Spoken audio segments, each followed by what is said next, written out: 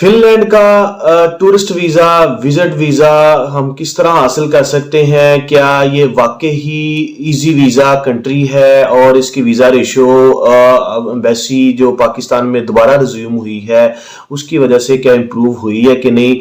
इस अगर आप वीजा अप्लाई करना चाहते हैं तो इसके लिए कौन सी डॉक्यूमेंटेशन रिक्वायर है, इसका टाइम कैसा है, इसकी अपॉइंटमेंट कैसे दी जा सकती है और इसकी वीजा फीस कितनी है, इस हवाले से हम बात करेंगे। अस्सलाम वालेकुम friends, smart travel and visa guide channel में खुश आमदीद। आज हम यूरोप का एक कंट्री है, स्पेशली शेंजन स्टेट का हिस्सा जिसका नाम फिनलैंड है, इसको फिनिश भी कहते हैं हम। और इसकी वीजा रेशो एक बहुत ज्यादा आपने सोशल मीडिया प्लेटफॉर्म में देखा होगा कि वीजा रेशो बहुत ज्यादा अच्छी है, बेहतर है और इसकी वीजा ग्रांट के भी चांसेस बहुत ज्यादा हैं। इनकी वजूहात क्या है?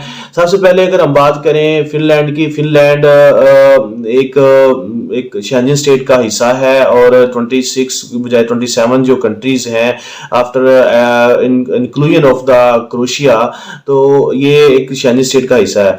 जी हाँ दोस्तों, इसके अलावा इसकी एम्बेसी पाकिस्तान के अंदर मौजूद थी, लेकिन 2012 में कुछ वजूहात की बिना पे उन्होंने एम्बेसी बंद कर दी है। अब 2022 में 22 के अंदर दोबारा इन्होंने एम्बेसी रिज्यूम की है और इसकी एम्बेसी रिज्यूम होने से इनकी जो वीजा रेशो है वो बहुत ही बेहतर है। इस वजह से इसको इजी वीजा कंट्री भी कंसीडर किया जाता है एज कंपेयर टू बाकी शेंजन स्टेट कंट्री से। जी हाँ दोस्तों, सबसे पहले अगर हम इसमें मजीद डिटेल में बात करें, अगर हम इसकी बात करें इसकी अपॉइंटमेंट किस तरह हासिल की जा सकती है या वीजा प्रोसेसिंग, फाइल सबमिशन और इसकी जो एग्जीक्यूशन है वो कहाँ पे होती है, तो उसमें यह है कि इसकी जो एम्बेसी पाकिस्तान के अंदर मौजूद है, लेकिन जितना भी प्रोसेसिंग है, जिसकी फाइल एग्जीक्यूशन है, वो सारी की सारी नीदरलैंड की एम्बेसी करती है। अगर हम अपॉइंटमेंट की बात करें, जी हाँ दोस्तों, जिस तरह के नीदरलैंड की अपॉइंटमेंट वीएफएस ग्लोबल देता है, तो आप इसकी अपॉइंटमेंट के लिए भी वहां पे अप्लाई करना पड़ता है। जी हाँ दोस्तों, सबसे अहम और बहुत पॉजिटिव बात यह है कि इसकी अपॉइंटमेंट अवेलेबल होती है एट मतलब अर्ली स्टेट में भी इसकी अपॉइंटमेंट अवेलेबल है। ये नहीं कि आपको कोई स्लॉट वगैरह फुल बुक नजर आए या आपको अपॉइंटमेंट ना मिले, आप एक दो वीक के बाद भी अपनी मर्जी से इसकी अपॉइंटमेंट सेलेक्ट कर सकते हैं। जी हाँ दोस्तों, ये एक बहुत ही पॉजिटिव और अच्छी इंफॉर्मेशन है और एक अच्छा साइन है वीजा के ग्रांट के वाले से कि आप जब चाहें आप इसकी अपॉइंटमेंट हमेशा ओपन होती है। आजकल के दिनों में आप किसी भी वक्त अपॉइंटमेंट बुक करके अपनी डॉक्यूमेंटेशन करवा सकते हैं। जब आपकी वीएफएस ग्लोबल से आपकी अपॉइंटमेंट बुक हो जाती है, उसके बाद आपने ऑफिस जाना होता है, उसमें आपने डॉक्यूमेंटेशन वगैरह और फाइल सबमिशन और फीस डिपॉजिट करनी होती है। अगर आप डॉक्यूमेंट्स की बात करें, जैसा कि बाकी शेंजन स्टेट्स वगैरह में कुछ स्पेसिफिक रिक्वायरमेंट्स है, क्राइटेरिया है और डॉक्यूमेंट्स का पैरामीटर है, आपने सेम वही फिलअप करना होता है, वही इसको फुलफिल करना होता है और वहां पे इस फाइल सबमिट करवानी होती है। सबसे पहले अगर हम डॉक्यूमेंट्स की बात करें, आपके पास valid passport, ID card, picture होनी चाहिए और उसके बाद आपको एक ऑनलाइन फॉर्म जो कि आपको वीएफएस ग्लोबल की साइट पे मिल जाएगा और इसके अलावा आपको फिनलैंड की एम्बेसी और नीदरलैंड के जो साइट है वहां से भी आप इसको ऑनलाइन फिल कर सकते हैं। अपलोड करने के बाद आप डाउनलोड भी कर सकते हैं इसको फिलअप करने के बाद, सॉरी। तो उस फॉर्म के साथ साथ आपने जैसा बाकी शेंजन कंट्री में आपने जितने भी डॉक्यूमेंट्स हैं, आपके नेसेसरी डॉक्यूमेंट्स है, कंपलसरी या सपोर्टिंग या एडिशनल डॉक्यूमेंट्स, उनको सबमिट करवाना पड़ता है।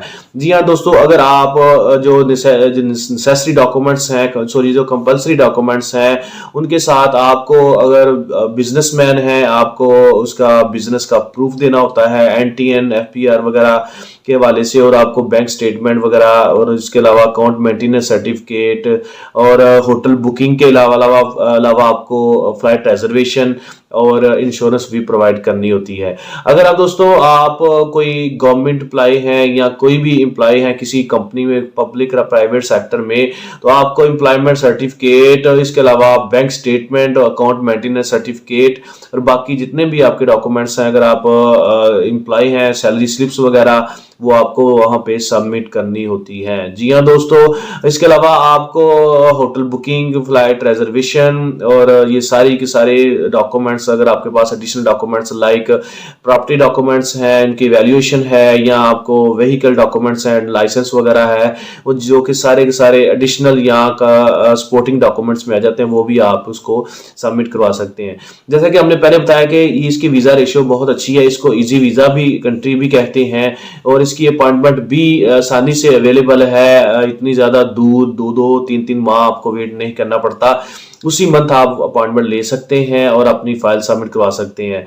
जी दोस्तों, इसकी एम्बेसी जो है, नीदरलैंड की एम्बेसी इसको डील करती है। जितनी भी आपकी डॉक्यूमेंटेशन होती है, आप जब वीएफएस में सबमिट करवाते हैं तो वो एज सच ही फिर आपका केस नीदरलैंड की एम्बेसी के अंदर हैंड ओवर कर देते हैं, और वहाँ पे जाके इनका आपका डिसीजन होता है कि आपको वीज़ा ग्रांट होना है कि नहीं। इसकी प्रोसेसिंग टाइम भी मैक्सिमम 15 डेज है आफ्टर फाइल सबमिशन के हवाले से, और इसकी जो वीज़ा फीस है वो 80 यूरो है, like other Schengen state countries के वाले से, और इसकी वीज़ा रेशियो बाकियों की निस्बत अच्छी है। 10 साल बाद दोबारा एम्बेसी रिज्यूम हुई है, इन्होंने वीज़ा वगैरह का प्रोसेसिंग, इसकी एग्जीक्यूशन वगैरह स्टार्ट की है।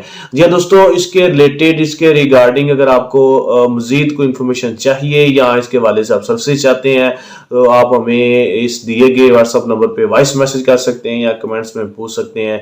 और मज़ीद इस तरह की इन्फॉर्मेशन और वीडियोस देखने के लिए काइंडली हमारे चैनल को जरूर सब्सक्राइब करें, शेयर करें, और बेल आइकन पे जरूर क्लिक करिएगा। और अगर कोई वीज़ा अप्लाई करना चाहता है, कोई विलिंग है यूरोप जाने के लिए, शेंजन कंट्री में जाने के लिए, हम इसको पर्सनली ऑन प्रैक्टिकल एक्सपीरियंस की बेस पे रिकमेंड करेंगे कि वो इस कंट्री का वीज़ा अप्लाई करे।